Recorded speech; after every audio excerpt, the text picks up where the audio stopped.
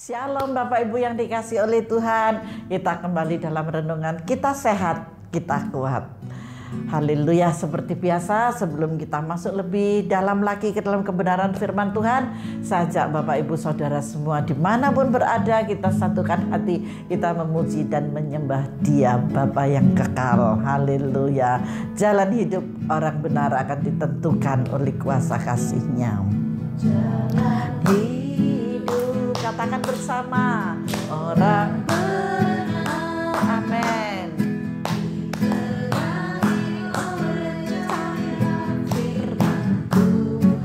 Hanya firman yang menerangi engkau.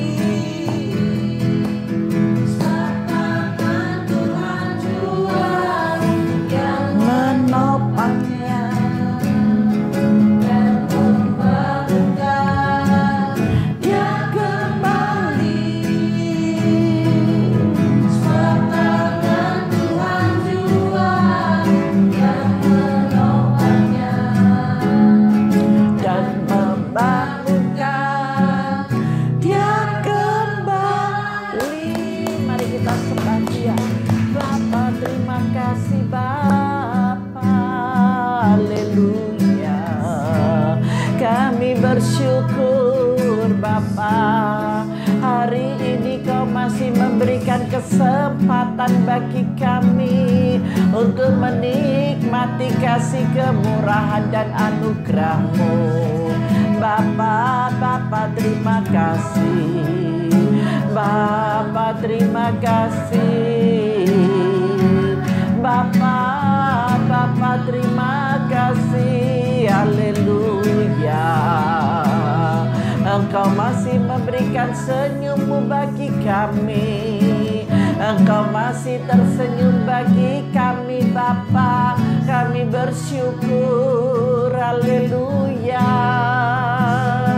Terima kasih Tuhan. Terima kasih ya Bapa. Haleluya. Haleluya. Glory haleluya. Glory haleluya. Kau hari ini masih tersenyum buat kami Bapa. Glory bagi-Mu Yesus. Mari saudara kita satu di dalam doa. Ketika kita menyembah, Tuhan mengatakan Tuhan masih memberikan senyum buat kita semuanya. Senyum yang manis, senyum yang menyejukkan setiap hati kita, yaitu senyum dari Kristus sendiri buat kita. Amin. Maka dari itu tetaplah kuat saudara. Apapun yang terjadi dalam kehidupanmu, engkau harus kuat. Maka engkau akan mendapatkan kesehatan yang prima daripadanya. Terima kasih Bapa, berbicaralah Engkau bagi kami di dalam kebenaran firman-Mu. Kami mau terus mengikuti jalan-jalan-Mu Bapa. Kami tidak mau mengikuti jalan kami sendiri dan dari pikiran kami sendiri. Tapi kami mau Bapa, Engkau yang menuntun setiap langkah kami. Di dalam nama Yesus kami sambut kebenaran firman-Mu. Haleluya. Amin. Mari Bapak Ibu kita masuk dalam kebenaran firman Tuhan. Hari ini saya memberikan judul arah yang sebenarnya. Apa itu arah yang sebenarnya? Kita akan masuk lebih dalam kebenaran firman Tuhan. Sebelum saya mengupas semuanya, saya mau mengajak Bapak Ibu membaca di dalam Yeremia 29 ayat yang ke-11.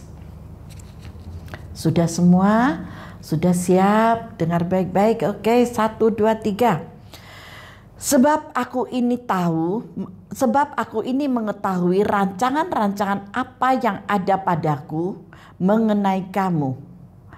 Demikianlah firman Tuhan, yaitu rancangan damai sejahtera dan bukan rancangan kecelakaan, untuk memberikan kepadamu hari depan yang penuh dengan harapan. Inilah rancangan Tuhan buat kita semuanya.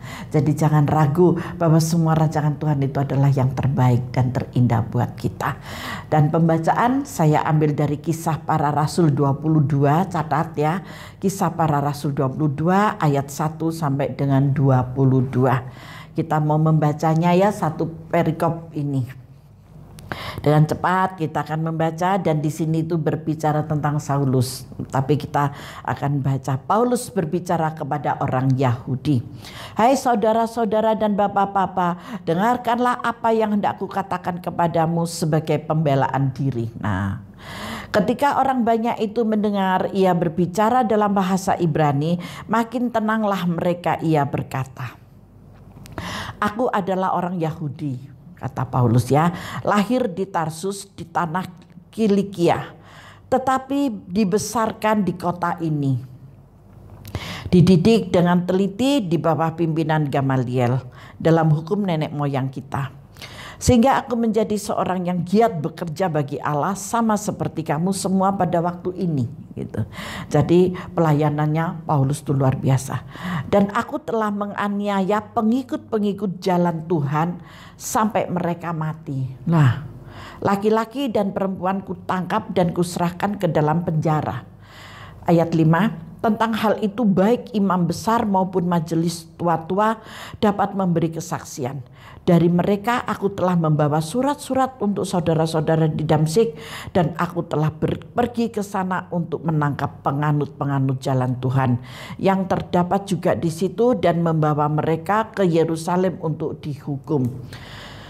Di ayat 8 ya, jadi waduh kayaknya sudah paling betul sendiri gitu ya si Paulus ini. Di ayat 8, perhatikan baik-baik, jalan hidup orang benar diterangi oleh cahaya firman-Nya. Tetapi dalam perjalananku ke sana, ketika aku sudah dekat Damsyik, yaitu waktu tengah hari, tiba-tiba memancarlah cahaya yang menyilaukan dari langit mengelilingi aku.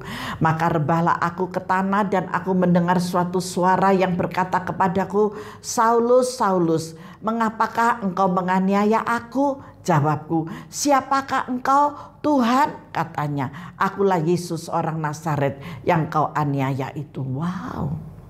Dan mereka yang menyertai aku memang melihat cahaya itu, tetapi suara dia yang berkata kepadaku tidak mereka dengar. Yang mendengar cuman Saulus seorang diri. Maka kataku, Tuhan, apakah yang harus kuperbuat?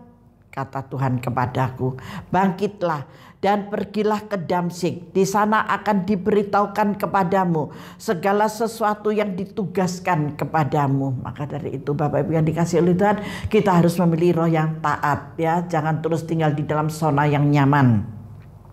Dan karena aku tidak dapat melihat oleh karena cahaya yang menyilaukan mata itu, maka kawan-kawan seperjalananku memegang tanganku dan menuntun aku ke Damsyik dalam keadaan buta karena cahaya yang sungguh luar biasa tadi ya.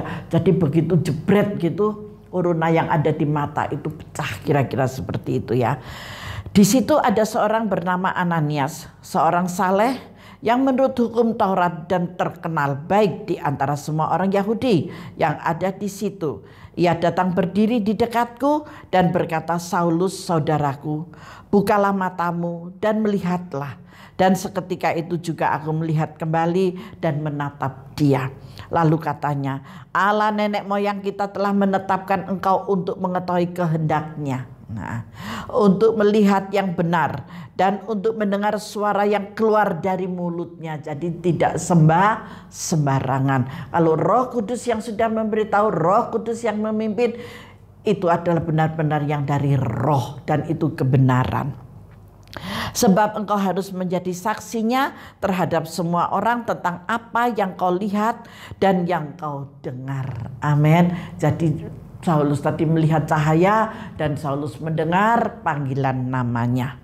Dan sekarang mengapa engkau masih ragu-ragu, katanya.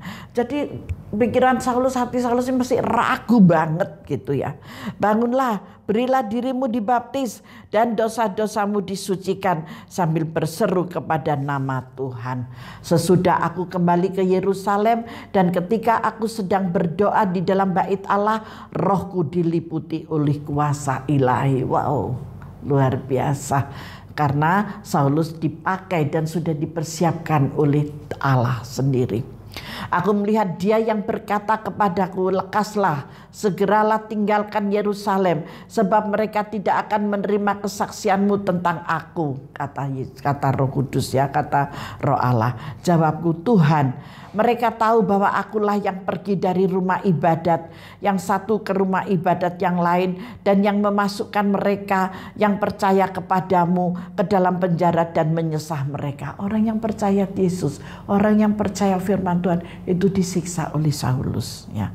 Dan ketika darah Stefanus saksimu itu ditumpahkan, aku ada di situ dan menyetujui perbuatan itu, dan aku menjaga pakaian mereka yang membunuhnya. Tetapi kata Tuhan kepadaku, pergilah, sebab aku akan mengutus engkau jauh dari sini kepada bangsa-bangsa lain. Rakyat mendengarkan Paulus sampai kepada perkataan itu, tetapi sesudah itu mereka mulai berteriak, katanya, enyahkan orang ini dari muka bumi, ia tidak layak hidup. Karena apa? Tadinya Saulus, terus diganti nama Paulus ya. Nah, ketika dia menjadi Paulus, dia melayani Tuhan dengan luar biasa sehingga dia pun juga ditolak. Jadi kalau ada orang yang melayani Tuhan, banyak yang mengolok-olok, mungkin juga ada yang melihat dalam renungan saya juga ada perbedaan, itu mah biasa. Karena firman Tuhan sudah ditulis, sudah dicatat gitu ya, sudah dicatat gitu ya. Jadi apapun yang terjadi bagi hamba-hamba Tuhan, yang engkau mungkin tidak disukai, yang mungkin engkau disindir, yang mungkin engkau diapakanlah, udah pokoknya yang gak nyaman untuk kita dengar, gak usah bingung. Karena apa? Karena Tuhan sudah merancangkan hari depan yang penuh dengan harapan. Tetap makanya tadi di Yeremia 29 ayat 11 kita baca terlebih dahulu sebelum kita mengupas ke dalam Saulus menjadi Paulus ini. Amin. Nah, di sini mulai kita masuk ya. Masuk di ayat yang ketiga. Di ayat ketiga, aku adalah orang Yahudi, lahir di Tarsus, di tanah Kilikia, tetapi dibesarkan di kota ini. Terus dididik dengan teliti di bawah pimpinan Gamaliel. Wah, dalam hukum nenek moyang kita. Jadi ketat banget gitu ya. Harus benar-benar kalau taat-taat harus menjadi orang yang jujur. Tetapi tidak benar masihan. Ternyata apa ketidakbenarannya? Orang-orang yang percaya Yesus semua dibabat sampai habis. Laki-laki perempuan dibabat. Apakah itu tidak disetujui oleh para imam-imam tua-tua sirah? Disetujui. Tetapi mereka tidak mengerti jalan hidup orang benar diterangi oleh cahaya firman Tuhan. Nah, kita harus diterangi oleh cahaya firman Tuhan. Amin. Nah, maka dari itu Bapak Ibu yang dikasih oleh Tuhan, apapun yang terjadi dalam kehidupan kita, mari kesempatan yang Tuhan berikan kita pergunakan dengan sebaik-baiknya. Amin. Saya ada sedikit ini ya, pandangan gitu ya. Pohon mangga cangkokan itu tumbuh pesat. Batang lencirnya dikelilingi di dedaunan. Tak ingin dia tumbuh menjulang dan saya memotongnya supaya rapi. Sempat terbersit rasa menyesal saat pertumbuhannya tampak terhenti.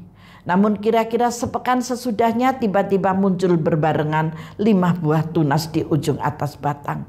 Bukan sekedar itu tunas daun, melainkan tunas cabang yang kemudian menumbuhkan daunnya sendiri-sendiri. Kini pohon mangga itu menjadi lebih rimbun daripada sebelumnya.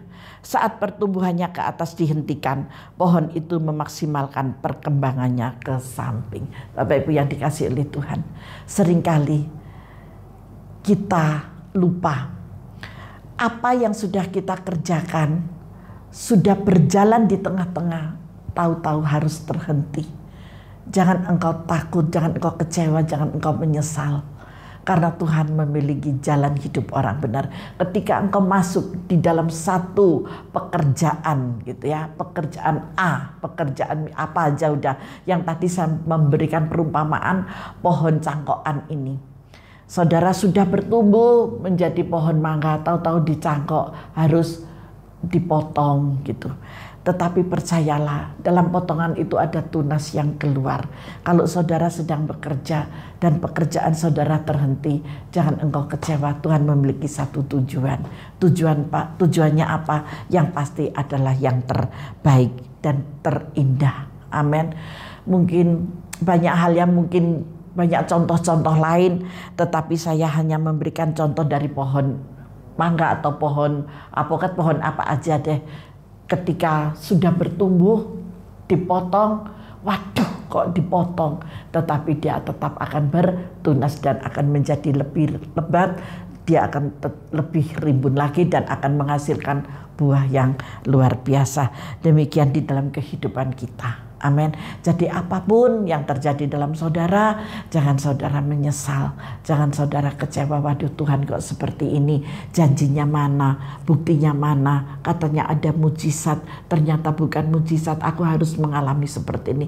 Percayalah Bapak Ibu yang dikasih oleh Tuhan, janjinya ya dan amin. Seperti apa yang dialami oleh Saulus ini, ketika dia dididik begitu ketat sekali dengan cara-cara Taurat dari nenek moyang, dari seorang guru besar Gamaliel ini ya.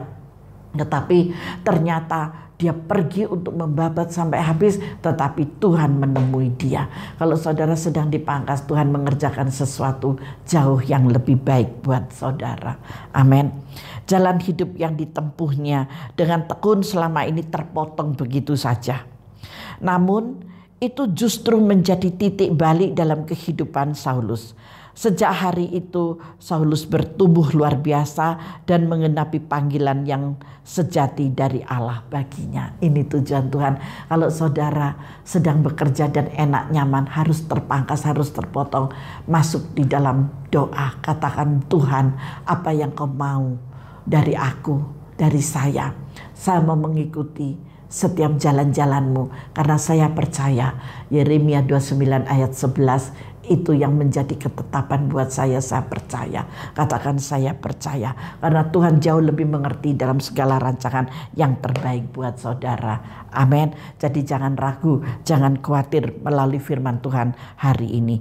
Mungkin saja itu adalah cara Tuhan untuk membuat kita fokus kepada panggilan kita yang sesungguhnya. Mungkin inilah saatnya kita memaksimalkan segenap potensi kita ke arah yang sebenarnya. Karena Tuhan mau saudara diberkati lebih dan lebih lagi. Amin. Jangan putus asa ketika engkau saat-saat dipangkas oleh Tuhan. Jangan engkau berpikir yang negatif, tetapi tetap berpikir yang positif bahwa Tuhan itu penolong saudara yang sejati. Amin. Haleluya. Tuhan baik buat kita. Tuhan Yesus memberkati kita semuanya. Mari kita masuk di dalam doa. Bapa, sungguh hamba bersyukur buat kebenaran firman-Mu saat ini. Kuatkan, teguhkan, taruhkanlah iman yang percaya kepada Engkau tanpa tergoyahkan. Begitu banyak anak-anak-Mu Bapa yang saat-saat ini dalam kebingungan, dalam kegelimpangannya Bapa. Tetapi kami percaya jalan hidup orang benar selalu diterangi oleh cahaya kebenaran firman-Mu Bapa. Biarlah firman Tuhan menghidupi di dalam jiwa mereka. Firman Tuhan menguatkan di dalam hati mereka. Firman Tuhan memberikan pancaran yang begitu mulia di dalam pikiran mereka, sehingga tubuh jiwa roh mereka Tuhan disehatkan melalui kebenaran firman-Mu, melalui renungan yang selalu mereka ikuti Bapa. Kita sehat, kita kuat, maka Engkau akan mengatakan bahwa anak-anak-Mu akan menjadi orang yang hebat Bapa, di dalam nama Tuhan Yesus Kristus. Terima kasih Bapa, hamba mengangkat tangan bagi mereka, Engkau turun tangan bagi anak-anak-Mu dimanapun mereka berada, baik di kota, baik di desa, baik di pulau, di kampung, dimanapun mereka berada Bapa. Engkau menurunkan berkat atas kehidupan keluarga dan rumah tangga mereka masing-masing, pekerjaan mereka, di dalam nama Tuhan Yesus Kristus. Yang percaya katakan amin. Selamat, Tuhan Yesus memberkati kita.